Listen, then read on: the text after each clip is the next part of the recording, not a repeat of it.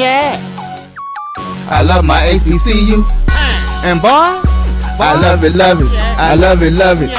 I love my HBCU. And man, I hope my team they won one. Yeah. I hope my team they won one. Yeah. Man. I hope my team they won one. I hope my team they won one. Yeah. I tune into the HBCU Sports Lab to see if my team won or lost. If they lost, I'm quiet as a mouse. But if they won, keep tab. I'ma do the dab, yeah. Dr. Cavil, he know what he be talking about. Mike and Charles, they know what they be talking about. They compress the analytic data with this hip hop. If you know them like I know them, they gon' tell you if your team, if they won or lost, and who the ball. So listen to Professor, yes sir, and pay attention, cause he gon' teach a lesson. This is Dr. Cavil's Inside the HBCU Sports Lab. I don't know what's going on with my banner today. There we go. I'm here with Tariq Wilson. How you doing, sir? I'm okay. You seen the movie Harlem Nights? Oh God, yes. Who hasn't? Man, my pinky toe. I broke my pinky toe the other day. Nobody shot it, right? Nah, luckily. Oh A my freak goodness accident. gracious. Freak accident, man. Oh no. That's why But you other had than time for that, today. yeah, man. I limped out. I limped out to my son's basketball game and I made it back on time. So yeah, man. All right. But I'm in the crib. But how you doing, man? I'm doing good, man. Can't complain too much. It's been kind of treacherous, but we'll talk about basketball later. But outside of that, I'm good. I mean, how was your holidays, man? We haven't done a show since before Christmas. So how was your holidays? That's true. It was great. Like, we just moved. Like I said, weeks ago, we moved to New York City. So life has been so crazy. We just were like tourists over the break. So we just stayed here and did everything you could do in the city. So it was actually fun. Launching to go to Times Square during New Year's. Nah, nobody. That's crazy. Like those people get there like 2 in the morning and they wear And they wear diapers and diapers. all that. They wear Yeah, diapers yeah. because they can't lose their spot. Yeah. But I went when I was a kid, when it was crazy. There was no lines. Like you just get there. I remember we all got Man. lost, but that's when it was crazy, crazy. This is all like commercial and nice. And before it was crazy, man. Everybody running around doing crazy stuff. But yeah, Yeah, man. nah, Nah, yeah, I'd nah. stay away from that. Yeah, my lady is from Queens. So Oh, okay. she would tell me about like, hey, we never go there because No, no. Times Square is insane during that period of time. Yeah. It's Uh, insane every time. Like if you live here, you try and avoid it. yeah, I believe it. All right, I'm gonna run through the intro. Welcome to episode 765 of Inside the HBCU Sports Lab radio show and podcast, the show that's covering the sporting HBCU diaspora, all things HBCU sports for institutions large and small, from the NAIA to the NCAA. We share insights and information on the HBCU sports culture and HBCU athletic aesthetics to facilitate the story of HBCU athletic programs and the business of HBCU sports. I'm your host, David L. Rhodes, with Tariq Wilson. Brandon King and Jeffery Johnson's on assignment.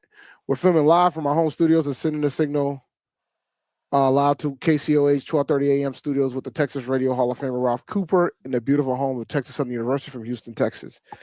A lot of things has happened since the last time we had a show.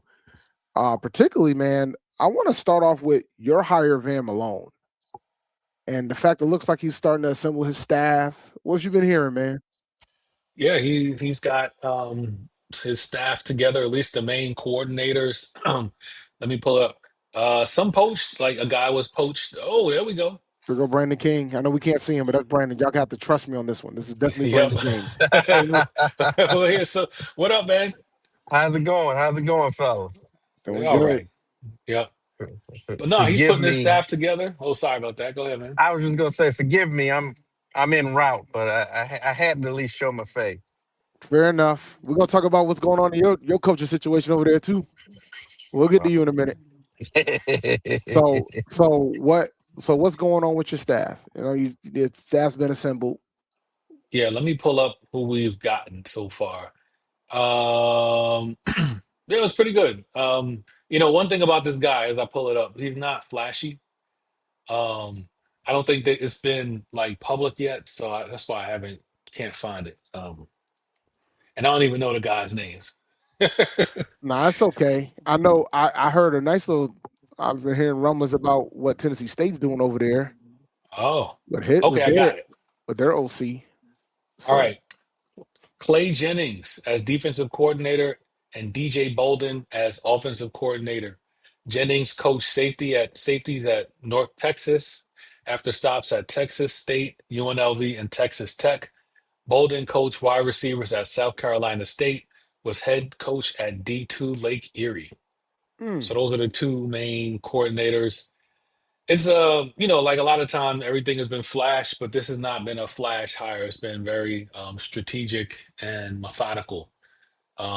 So yeah, I mean, one thing I've learned about some of the guys who could have been coached, man, it was an impressive.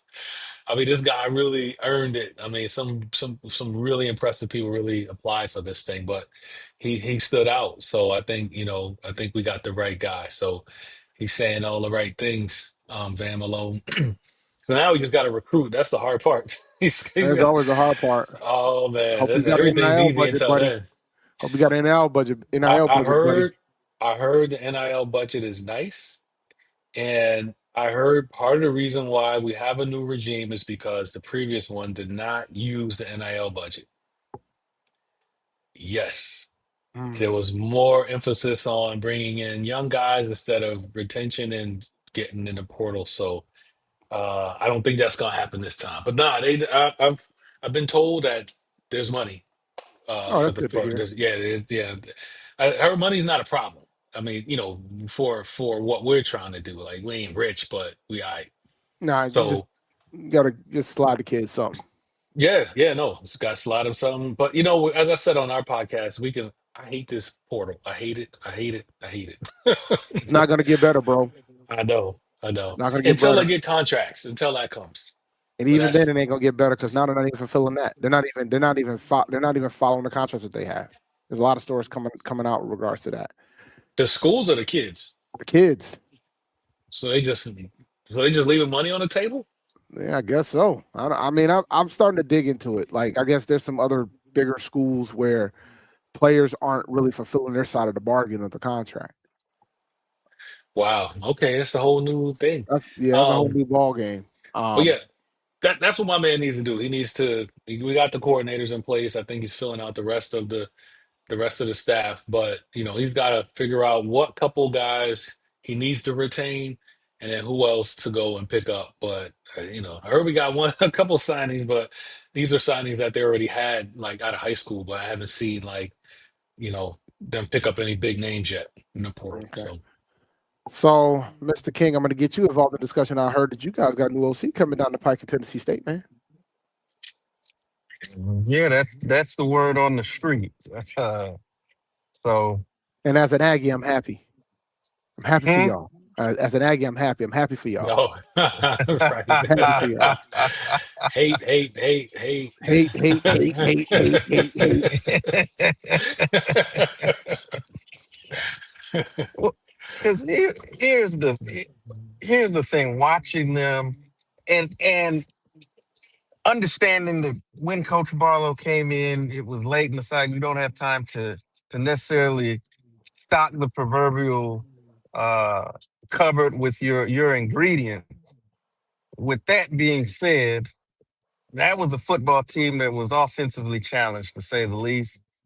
Um, it was bringing up the rear in scoring both in the OVC and even nationally in terms of points per game, touchdowns, and things of that nature. We're talking about a team that didn't even crack 30 points, much less sniff it.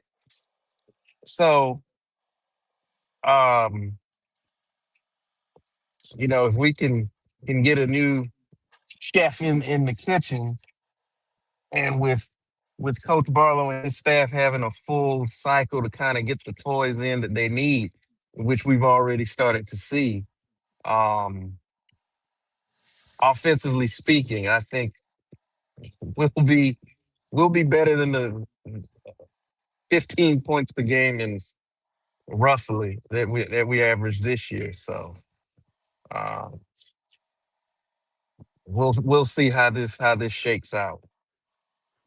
Yeah, now it's gonna be like, for those who don't know it, the word on the street is that Matt Leone from the school down the road is going to end up being the next offensive coordinator for Tennessee State, which would be a big pickup for them. That offense in the MEAC was among the best in the conference and one of the best nationally. So you're getting a significant upgrade offensively if he's coming to town, Good especially if you question. get his quarterback. Would that be considered a lateral move? That depends what the money looks like. Yeah. I mean, would that be like, is OVC considered a stronger conference than the MEAC? That's the question. Yeah. I guess my question is for Central fans. They're not on what?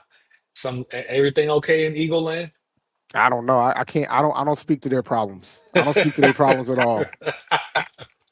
I'm pretty sure they'll be able to get an OC. I mean, Trey Oliver's a phenomenal head coach, so I'm pretty sure he's not gonna have a problem getting somebody over there to run their offense over there. But they're gonna have to go find somebody. Agreed. Yeah, that's a big loss for him. Yes, huge. That's a big loss for him.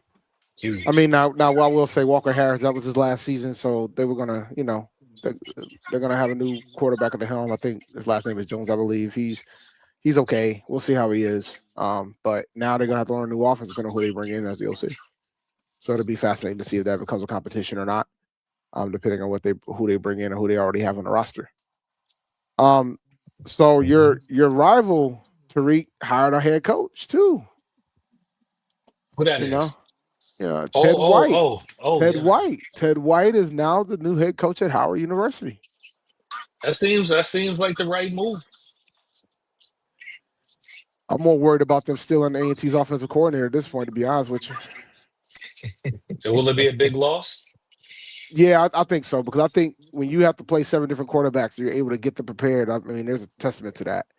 And part of the reason why he left Howard in the first place was because the previous coach would not let him run plays. Oh, so got it. That. So yeah, good for Howard, man. I mean, the crazy thing, like, it's a interesting bunch of fans. Like, their basketball team is playing well. Just Ted White's a good hiring, but I don't see nothing, man. Like, the more good stuff happens to them, the quieter they get, man. Like, there's one. What's funny? There's only primarily a couple of folks like Erica. Erica be out there in the streets, but outside of that, she holds it down, man. Yeah, outside of that, it ain't. It's pretty quiet over in Howard Land. Yeah, yeah. Because they win a lot in that conference. Like, yeah, man, they're doing well. They won a lot in the MEAC. Yeah, so you see what they did out of conference this year? They had some. Oh yeah, man. Well, I mean, a lot of our HBCU did some great stuff out of conference too. Yeah, absolutely. And I want to talk about some of that after the break. We're gonna get into basketball after the break, so we're gonna go ahead and take this short break, and we'll be right back afterwards. Let me see. Yep. This is Ryan Fulford. AD Drew and I are co-hosts of the BCSN Sports Lab. We talk about all things related to HBCU athletics. From the games, teams, coaches, and fan interest stories, we cover it all. You can find our shows on Facebook at BCSN Sports Lab, YouTube at MyJBN Online, and everywhere you listen to podcasts like Anchor, Spotify, Google, and Apple Podcasts. You can also find the show on the Jericho Broadcast Network's app. Make sure to download. We look forward to you joining the conversation and being a part of the show. From cancer care to accidental injuries to cardiac care, we all know that there are times that you can't control what happens in your life. But with Globe Life Family Heritage, you can be prepared to weather the storm when it comes. Call Dr. Beverly Eagle Rogers at 877-300-8269 or visit the website at globelifefamilyheritage.com. With over 25 years of serving communities, Dr. Beverly Eagles Rogers is here to help you and your family through difficult times. Dr. Beverly takes pride in Globe Life being one of the few companies that returns 100% of premiums to clients that stay healthy. So for more information, call Dr. Beverly Eagle Rogers at 877-300-8269 or visit the website at globelifefamilyheritage.com. into these colleges, and we have to fund our kids in these colleges, and we have to make sure our kids have seats in these colleges. And what about HBCUs? You mentioned. Absolutely. You got to fund them all, and you got to make sure they're properly funded. You know, the real reason why I went after Comcast and Charter, it didn't have anything to do with my cable networks. It didn't. What happened was a gentleman wanted to do the Black College Sports Network in partnership with the HBCUs. And Comcast did not accept it. And that would have made a lot of money for these black colleges. Absolutely. And it would have educated the Black College Sports Network. This is what he wanted to do. That would have educated a lot of black kids. And when they didn't do that, that's when I came off the bench and said, okay, I'm going to light you up like a Christmas tree. Okay. That was the real reason why I got into it, was when I saw what happened with the Black College Sports Network, which I don't own. I just knew. Why didn't you buy it? I just knew. I just knew that these black. I like that talk. All right. I knew that these black colleges were going to benefit, and these black kids were going to get the education that they deserved and not have to pay. There's a shot. To right. It could be. Right field. Grand slam. What a shot. That's how you get hot, young fella. Thank you guys for what you do for HBCU athletics. This is a fantastic avenue for all of us. This is our ESPN, so we love what you guys do. All you guys at BCSN, we really appreciate what it is that you guys do for us. For over 30 years, HBCU Image has been more than just an apparel store. We've been a movement, a statement, a legacy. We celebrate the pride, the purpose, and the culture that make historically black colleges and universities legendary. HBCU Image, a Kenny T's company. Compress the analytic data with the hip hop. If you know them like I know them, they gon' tell you if your team, if they want to lose, and who the ball. So listen to Professor, yes sir, and pay attention, cause he gon' teach a lesson. Welcome back to episode 765 of Dr. Cavil's Inside the HBCU Sports Lab. This is the Indy Report. So let's get into some basketball, guys. We've had a lot of crazy things that happened in basketball in general. Like our head coach at A&T decided to end up getting a public reprimand regarding referee. Did he earn it? Yeah, he earned it. Okay. Here's my thing, man. And some magazines ain't gonna like what I'm about to say, but you know, when you look at the data when it comes to how they've been shooting, particularly from the three-point line, kind of can't put that on the refs. You know what I'm saying? And I understand it might be situations because of the flow of the game and certain situations where, you know, you could have taken care of X, but I think to follow the ref and look for the ref after the game into the locker room is kind of wild. Like, it's kind of crazy, but I understand. I mean, I'm not the biggest fan of CAA refs. I get it, but he definitely earned it. Kind of took me aback because I don't think I've ever seen anything like that. But that's a different discussion. A&T hasn't won a game in conference yet. We're still looking for that on both the men and the women's side. The women probably are they're young. They missed their guards. They missed Procone and Dorsey big time on the ladies' side. On the men's side, they're still trying to figure it out. I think by the time we get to tournament, I think we'll be ready. They gotta just learn how to play together and stuff like that. But you guys looking good too, man. Hampton looking pretty good so far. Y'all looking in a good spot. Tennessee State is too. They out here beating UNLV. Yeah. So y'all are sitting in a good spot while I'm over here in purgatory. Our men were 2-1, and the one loss was by 4 at UNC Wilmington. We almost beat them. Boys are tough. Yeah, we should have beat them in the opener, man. I was kind of hurt that we kind of blew that gasket there. We had a double-digit lead against those guys. One thing, and I don't know, I need to watch more games because when we first got into the CAA, I thought the refs were really good. And what I noticed was that, you know, they rewarded the home team. Like they did give a home court advantage. And we got some fairly. I was like, okay, I can see there's a pattern. The road team, you ain't gonna get the calls, more physical. But this year, I'm not seeing that. This year, I see why your coach bugged out. I wouldn't have done it like that because we getting the same kind of crazy whistles at home where we didn't get that. So I feel it. He can't do that, but it's not. They're not roughing the way they were when we first got in the conference. I'm with you. Because both teams are actually legitimately decent. They're pretty good. So now like they're a threat. But we Yep. gonna see, man. Like I know that to drop a public reprimand says a lot. I know a lot of the HGI was a couple days late on it, but they did talk about it. So I thought I was taken aback when I saw it. Did the ref say something to him? I mean, I could see a bad call, but did the ref say something to him for him to Man, carry it like nobody's that? asked him. I don't know. I mean, you got the emotions of the game too, right? So that happens. Like it happens. But sometimes you go overboard a bit, and you got to defend your guys. So you can't be mad at that. And I'm pretty sure the guys loved it. I'm pretty sure the players loved it. So, because from what I understand, man, they're a pretty tight knit group over there. So, which is good, because he's had to revamp the roster every single year since he's been the coach.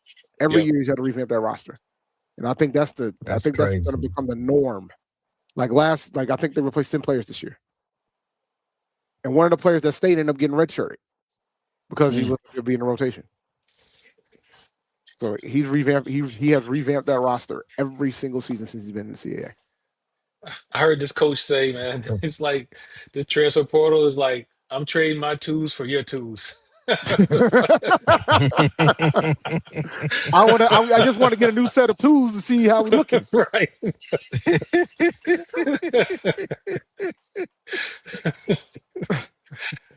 Oh man. Yep. But Tennessee State, they balling? I haven't seen their roster. Oh yeah, their record. The men are 9-5, 3-1 in conference. Just coming off a win over. And yeah, they're playing some really good basketball so far this season, man. Nolan Smith, those young brothers playing well. They really bought in already to what his program or what he's trying to get done out there. And man, they're really able to their thing is they create a lot of turnovers, especially Aaron and Crewman, Dante Harris, man. They create a lot of turnovers and able to really get out and run. And once they're able to get out in the open court, they're really able to get a lot of easy baskets. And they've been decently shooting the tray ball this year decently well, especially Travis Harper set a program record in the last game. He hit 9.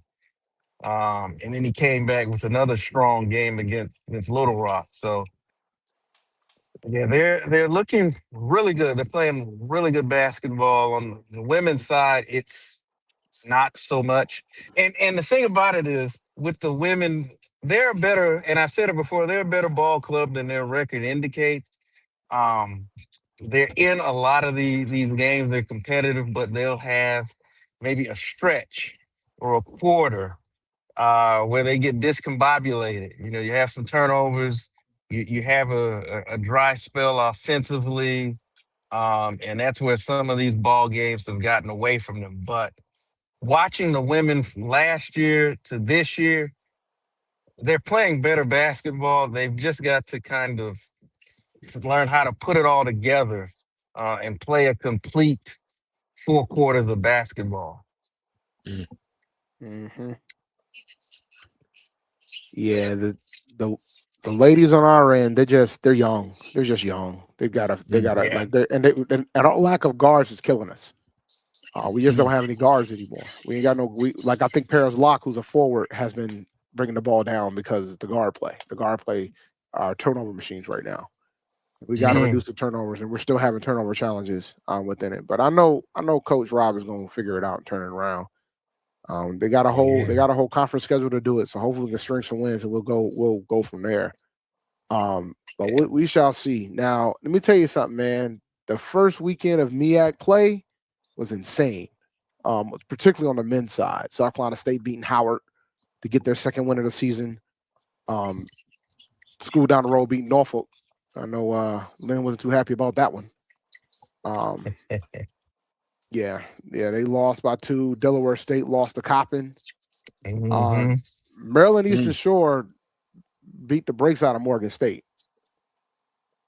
So I find it interesting. It's funny. A&T went 4-1 against these guys. The only loss we had was against Howard.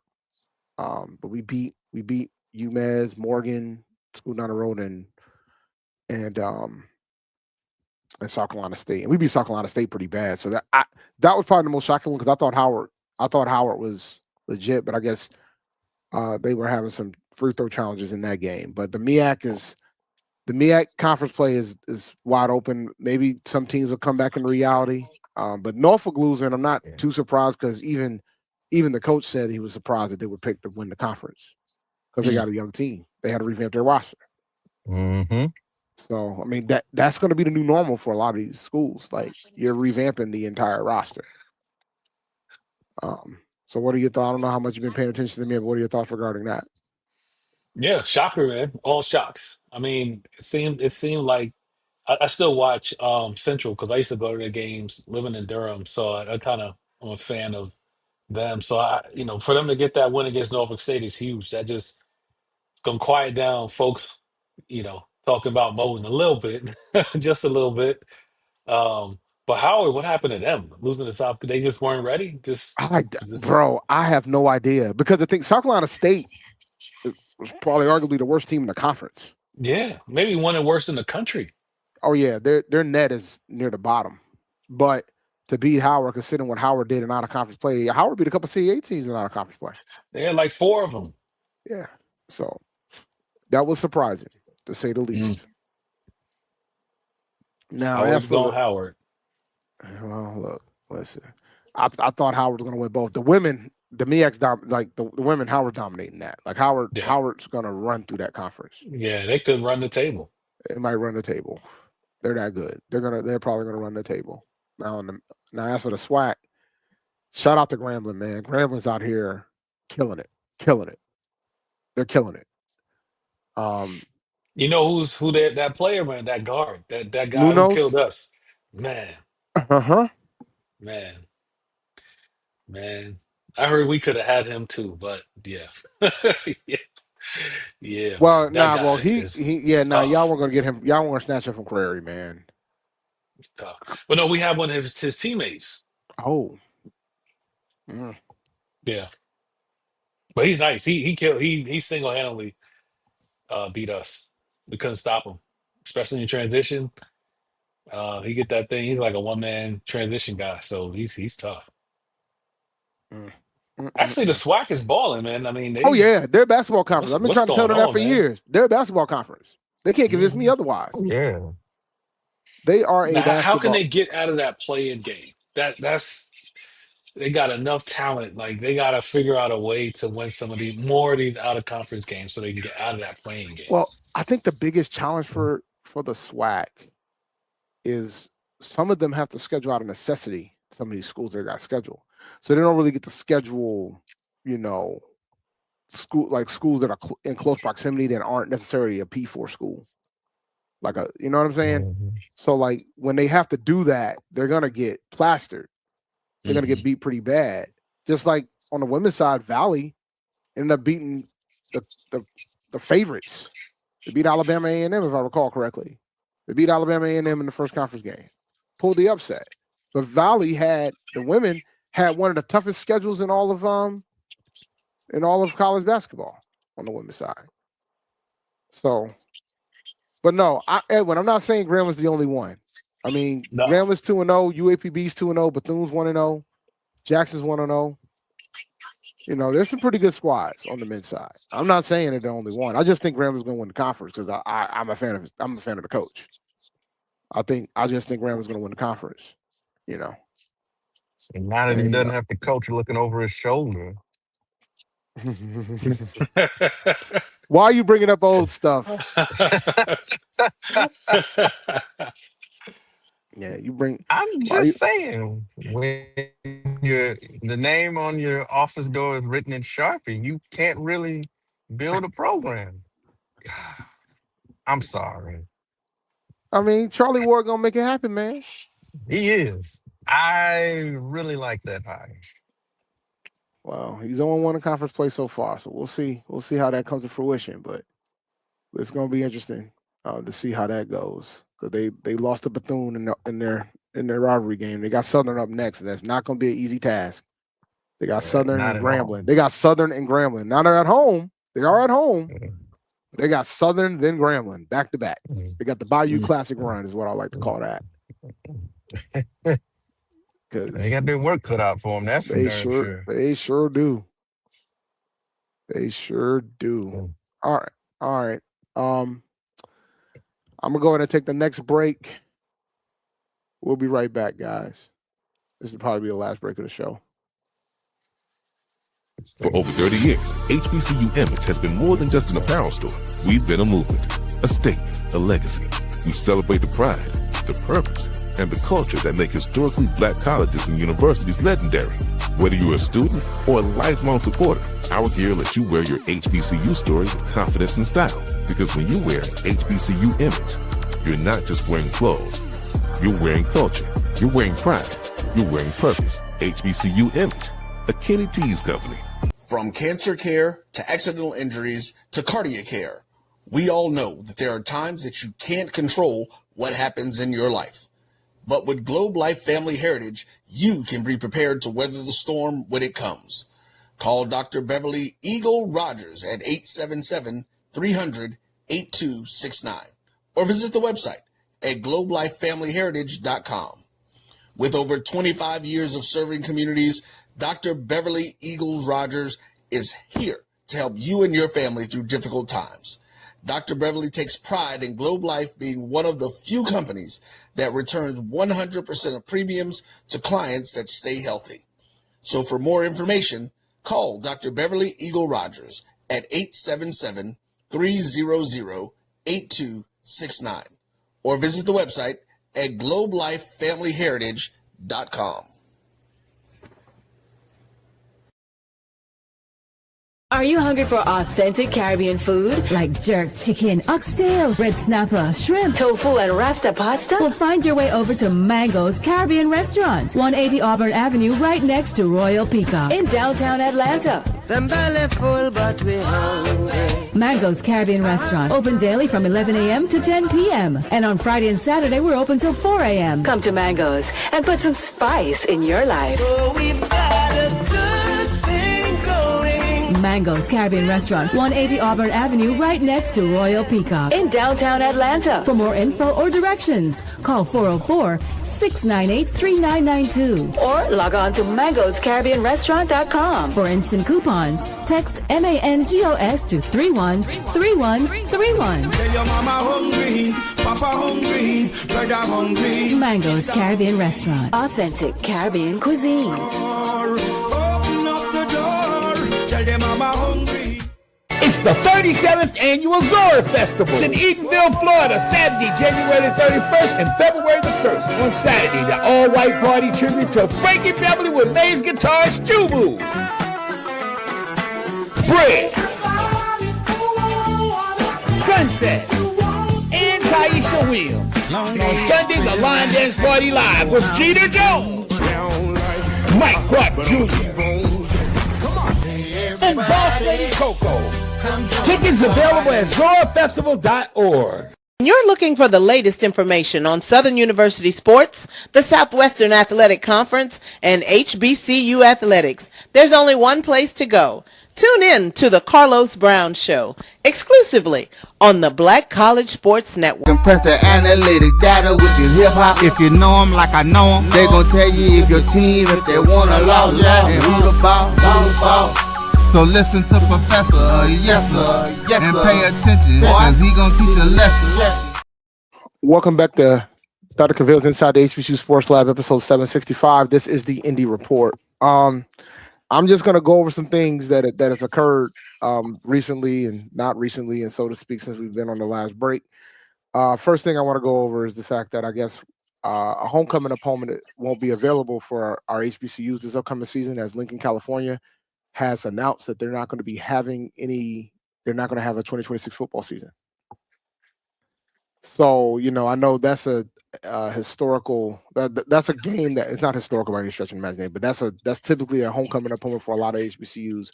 And I wanted to get your guys' thoughts on it. I have my whole spill about how I feel about us scheduling them and the Virginia Lynchburgs and the Westgates. So I want to get your thoughts on it, Tariq. Is that who you guys originally scheduled?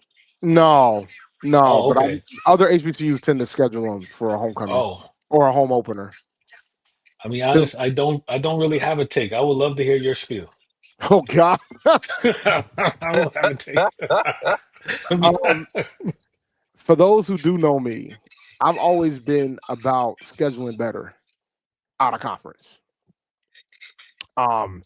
So for me, when you make the decision to play a school that's not even Division II, like they're not even, you know what I'm saying? Like, oh yeah, okay, you know what I'm saying? Like when you got make it. the decision to schedule that, even if you just want the easy win or whatever, I just think it dilutes the conference, in my opinion. Agree I with think that.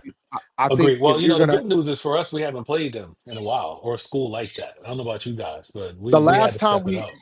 the last time we played those guys, that was when we were trying to rebuild our program back in the mid 2000s. Like we had them as homecoming opponents. I think at one point we used to play them every year at one point, but that was like when we were trying to rebuild the program, like 27 game losing streak, 1-win seasons. Like that was a different era for us. Like we wouldn't put them on the schedule now. Even as bad as we've been the past few years, we wouldn't put them on the schedule now. But I've never been the biggest fan of scheduling that game, knowing that you can have a conference game for homecoming. You can play a good out of conference opponent for homecoming. Shout out to Jackson State, they did that. They played Campbell one year for their homecoming, right?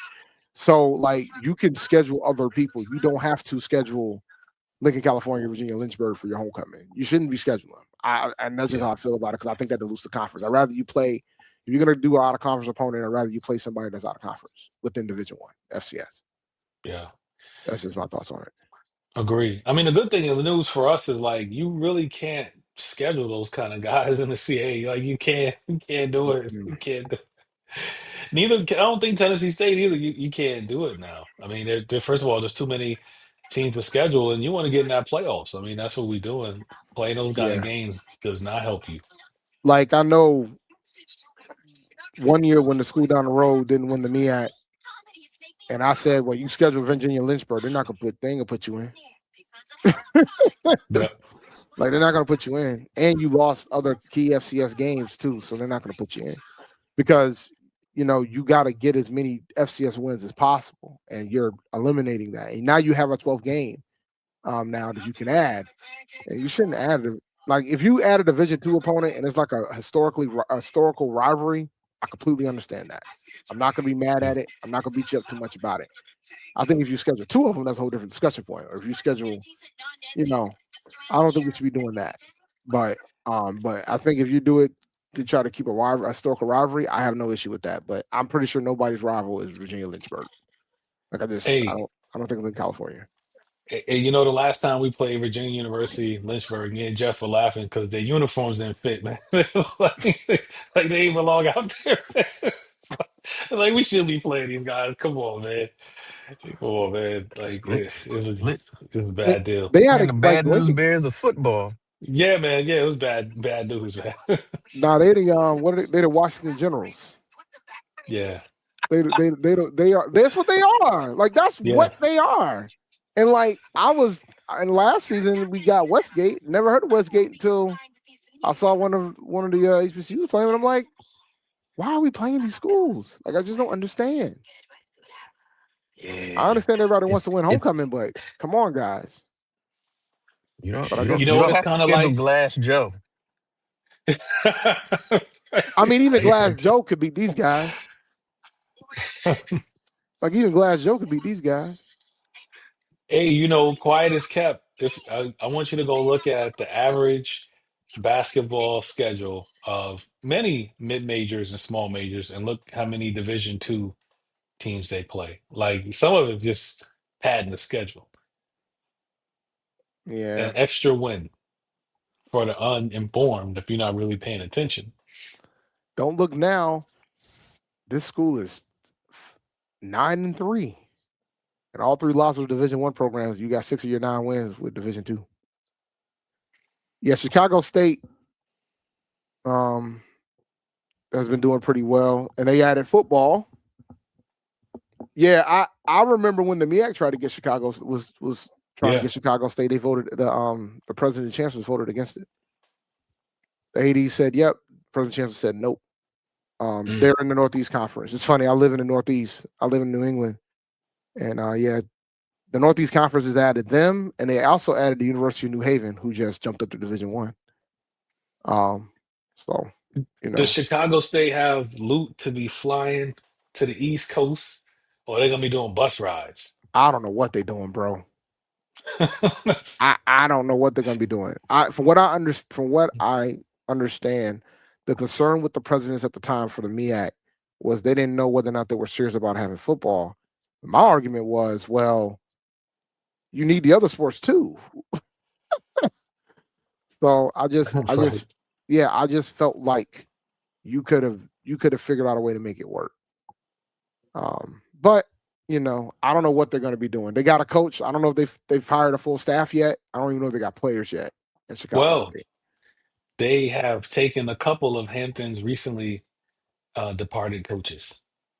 Oh wow! Yeah, damn, y'all losing everybody. No, it was guys that Oh yeah, well they weren't gonna they weren't gonna make it under Van Malone anyway. So yeah, that makes part sense. of Boykin's staff. Yeah. Oh, okay, yeah, that would make sense then.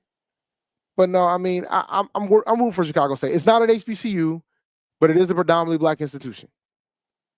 So I think they're like 85 or 90% black at that institution. So and they don't really have Division I football in the city of Chicago. So that alone would that's a market. That's a potential market. You have an NFL team, but you don't have a Division I program. So that's a market for Chicago State. So it'll be interesting to see how they do. I hope they can make it work. Hopefully they're not busting everywhere. Cause that's still a trek. Like Chicago to Boston ain't easy.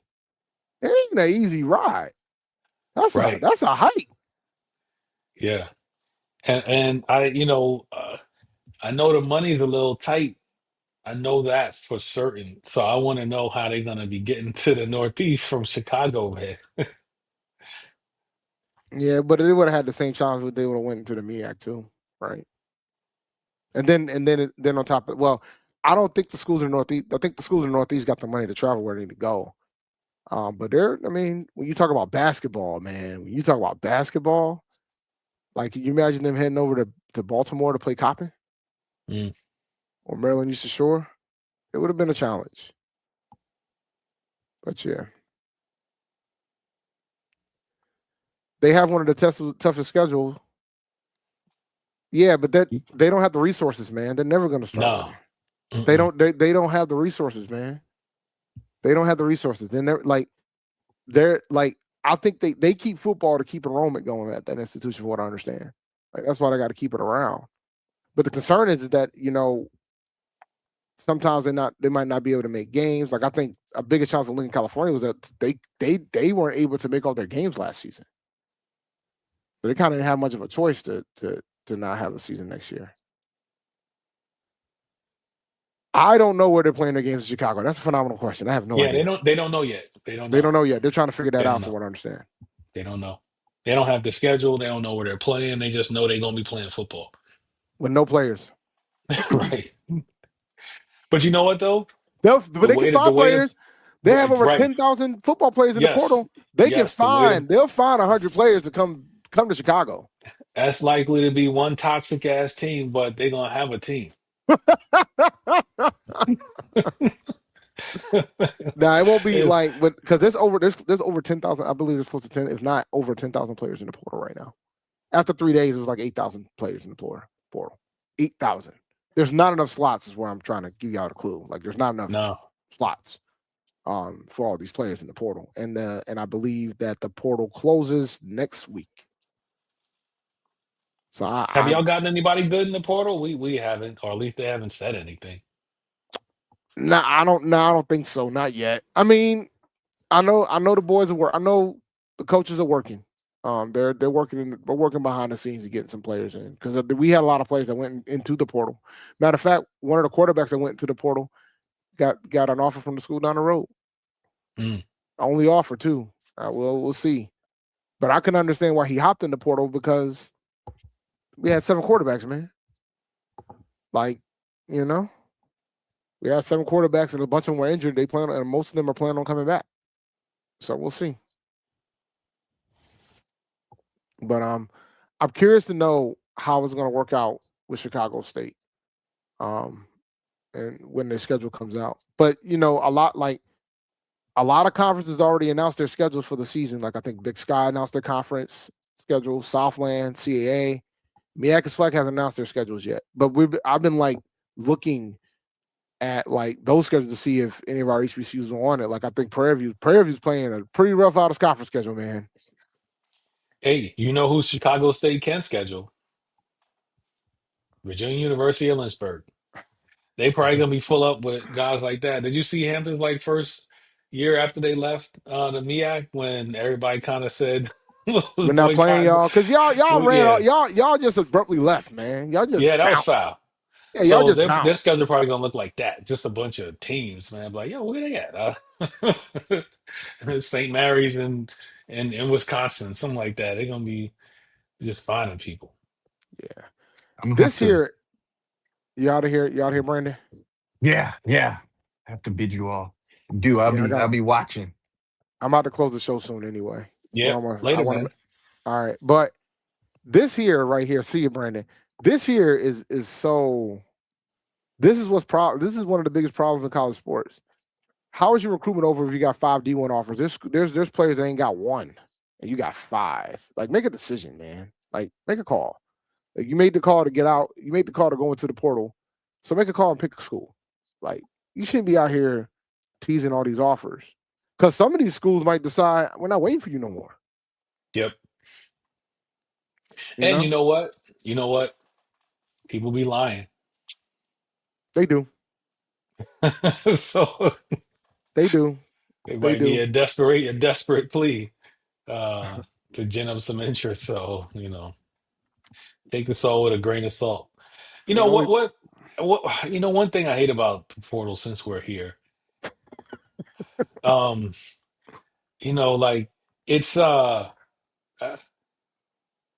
it's so risky for the kids. And I don't want to sound like like one of them old guys, like, for especially young brothers, man. Like, yeah. get the degree. Like, go somewhere. That's what I would tell my son. Go somewhere where you hopefully can stay there for a couple years. Now there's drama, coaches do stuff, but go somewhere and graduate. You can graduate in 3 years now. So pick the school, graduate, and then go get paid. But like hopping every year, like you can't graduate like that. And then when you're 25, 24, what do you have? You don't have anything, no allegiance, no degree. You just got memories. And I just want guys to be a little more strategic about it. That's what I counsel young brothers. Just be strategic about it. Like it's like AAU, man. I mean, even when I was coaching, man, you guys would switch teams every couple tournaments. Like, hell, I think you're kind of used to just making jumps, like and just the way youth sports are. But college sports is not that. Like, you have to play the system. So when you're done, you got something. That's what Yeah. I would just hope they figure a way to do. To get something out of it instead of memories and maybe 50 grand. That's gone. It's gone. Yeah, man. I think this whole thing is going to explode. Like, I think that we're gonna get to a point where there ain't gonna be no money. Like, we already got like It's folks like coming. That's coming. It's we got coming. folks like Troy Aikman saying he's never gonna give the NIL again because his quarterback, they paid a quarterback for him to leave after a year. Like, you know what I'm saying? Like, you're not, once you start losing the rich people when it comes to NIL, you're gonna start losing everybody. So it's gonna be fascinating to see. And I'm gonna close this comment with I'm gonna close it with this.